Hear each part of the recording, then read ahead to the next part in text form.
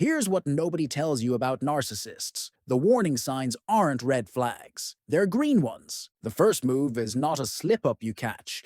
It's a dopamine hit that feels like finally being understood. And that's the entire point. See, healthy relationships build trust slowly over months. Narcissistic ones, they manufacture intimacy in days. Not because they're better at connection, because they're weaponizing your brain chemistry against you. Quick filter before we go deeper. If someone shows you 0 flaws in the first 3 weeks, that's not excellence. That's performance. Real humans leak imperfection constantly. We forget things. We have bad days. We show up tired. When someone's too polished early on, they're not showing you who they are. They're showing you market research. That's sign 0. And most psychology breakdowns skip it entirely. Let's start with what you might have heard called idealization. But here's the mechanism psychologists actually use to diagnose this. False intimacy acceleration. Your brain has something called the ventral tegmental area, the reward prediction center. It's constantly scanning for patterns. How much investment equals how much reward? Healthy bonding shows consistent, predictable returns. You open up a little, they reciprocate a little, trust compounds over time. Your VTA learns the rhythm. Narcissists hack this by front-loading disproportionate reward. You mention your childhood once. They remember every detail and reference it in ways that make you feel seen, like nobody else has. You share a minor insecurity. They don't just validate it.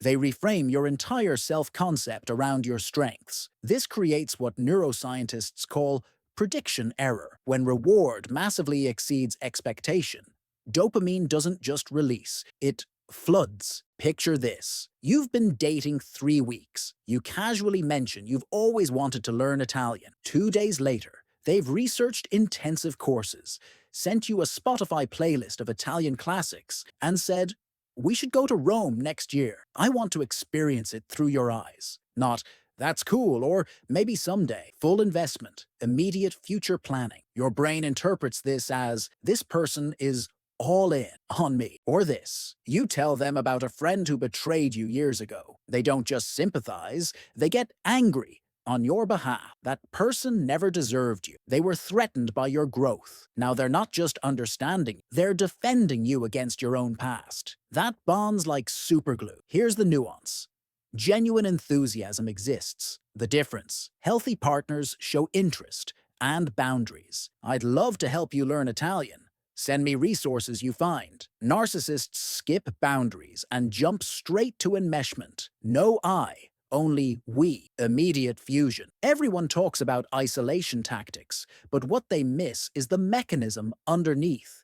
Monopolization through specialness. This works through something called social comparison theory. Your brain constantly evaluates relationships on a hierarchy. Who understands me most? Who values me most? Who gets me? Narcissists don't isolate you by saying your friends are bad. That's amateur hour. They isolate you by making everyone else feel inadequate by comparison. Listen to the language. Your friends seem nice, but do they really understand what you're building? We operate on a different level. Not criticism, elevation. They're not tearing others down. They're positioning your connection as transcendent, real world. You tell your best friend about a work problem. They give solid advice. Later, you mention the same problem to the narcissist. They don't just give advice. They spiral into a 90-minute conversation where they're reverse engineering your entire career trajectory, asking questions nobody's asked, making you feel like you've been waiting for someone to finally take your ambitions seriously. Next time you have a problem, you don't call your best friend first anymore. Not because they told you not to, because the comparison made your friend feel basic. Or this scenario, you post something on social media. Friends like it. Maybe comment, "Nice." The narcissist. They screenshot it, send you a voice note explaining why it resonated, why it reveals something profound about your perspective, how it connects to a conversation you had 2 weeks ago. That's not support. That's surveillance disguised as devotion. The distinction: healthy partners celebrate your other connections. "Your friends seem great. I'd love to meet them." Narcissists subtly position themselves as the only one who truly sees you. It's isolation through elevation, and it works because it feels like love. Now here's the move most people miss entirely. The strategic vulnerability drop. Your brain has mirror neurons, cells that fire both when you experience something and when you witness someone else experiencing it. This is the empathy circuit. When someone shares pain, your brain literally simulates that pain to understand it. This creates what psychologists call reciprocal disclosure. When someone trusts you with vulnerability, you feel obligated to return it. It's evolutionary bonding insurance. Narcissists exploit this with surgical timing. Right when you're most emotionally invested, but before you're committed, they reveal a traumatic past, abusive ex, devastating betrayal, family trauma. But here's the tell. The story always positions them as the blameless victim. And this is key. They share it too early in the relationship timeline for it to be organic. Picture week 4. Things are intense, but not official. Suddenly, I need to tell you something. My ex destroyed my ability to trust. I've never let anyone in since. But with you, I feel safe enough to try again. Now, you're not just dating them, you're healing them. That's not intimacy. That's responsibility transfer. They just made their emotional stability your job. Real scenario. They tell you a story about being betrayed, but every detail paints them as perfect. No self-reflection. No, maybe I missed signs, or I have trust issues now. Just, I gave everything. They were a monster, and now I'm damaged. But you're fixing me. That's not vulnerability. That is a script designed to make you feel chosen, to be their savior. The nuance. Actual vulnerability includes accountability. I stayed too long because I ignored red flags. Versus, they blindsided me and I am a victim. Healthy people share pain with context and growth. Narcissists share pain with martyrdom and flattery. But here's what gets dark. And this will piss some people off, but psychology backs it. The reason these tactics work so effectively isn't because you're naive, it's because you're capable of deep connection. The people who fall for narcissists the hardest, they score high in empathy, conscientiousness, and agreeableness. Those aren't weaknesses. Those are the exact traits that build families, communities, and civilizations.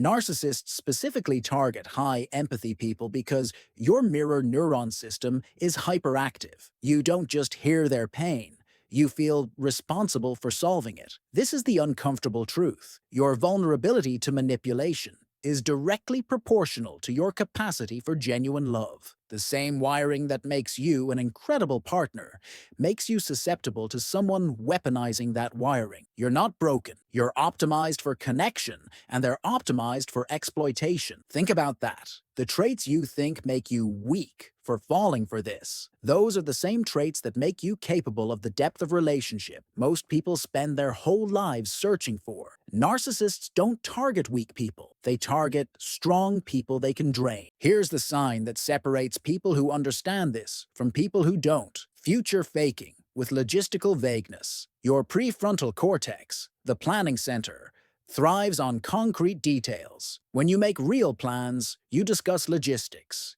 dates, costs, who's handling what. Future faking feels specific but remains functionally vague. We should travel Europe together. Sounds concrete, but there's no month, no budget, no actual research. I can see us building something incredible, feels meaningful, but what does building mean? A business? A family? It's a mirage of commitment. Real world.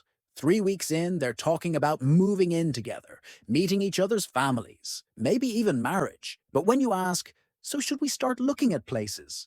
Suddenly, it's, let's not rush the magic, or I want to make sure the timing's perfect. The vision is crystal clear. The execution is perpetually, soon, or this. They talk endlessly about the life you will have but never introduce you to their actual existing life. You haven't met a single friend. You don't know where they work, beyond vague descriptions. You're building a future, in theory, while being excluded from their present in practice. The filter: healthy partners balance dreaming with logistics. I'd love to travel together. Let's look at our schedules and start saving. Narcissists give you the emotional payoff of commitment without any of the actual commitment. Last mechanism: And this one's subtle. Intermittent reinforcement setup disguised as intensity. B.F. Skinner proved this decades ago. Inconsistent rewards create stronger behavioral conditioning than consistent ones. Slot machines beat paychecks for addiction potential every time. Narcissists intuitively understand this. The first phase isn't intermittent, it's constant. Texting all day, deep conversations nightly, total availability. Your brain learns this person is always there. Then, once you're hooked, microscopic withdrawals start. They're suddenly busy. A text goes unanswered for hours when they used to respond in minutes. Not enough to call them out, just enough to make you feel the absence. Scenario: first month, they text you good morning every single day. Month 2, they skip one morning. You notice immediately, not because you're needy, because your brain's been conditioned to expect it, and now it's experiencing withdrawal. You text first. They respond warmly. Your brain just learned. When I feel that absence, I have to pursue to restore the connection. Or this, they're intensely present.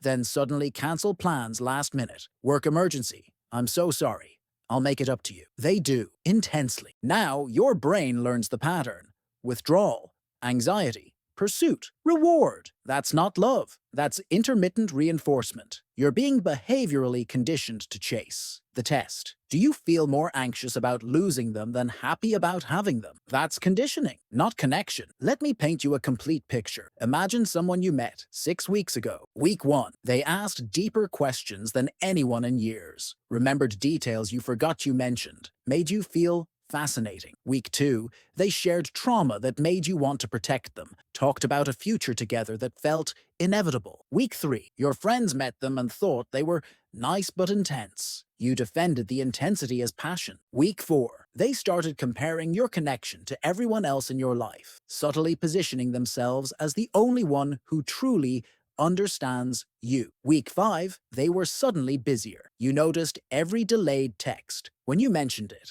they said, I thought you'd understand. I've never had someone who gets my work pressure like you do. Week 6, you realize you've stopped calling your best friend first when something happens. You check your phone more. You feel more anxious than happy. That's not 6 weeks of dating.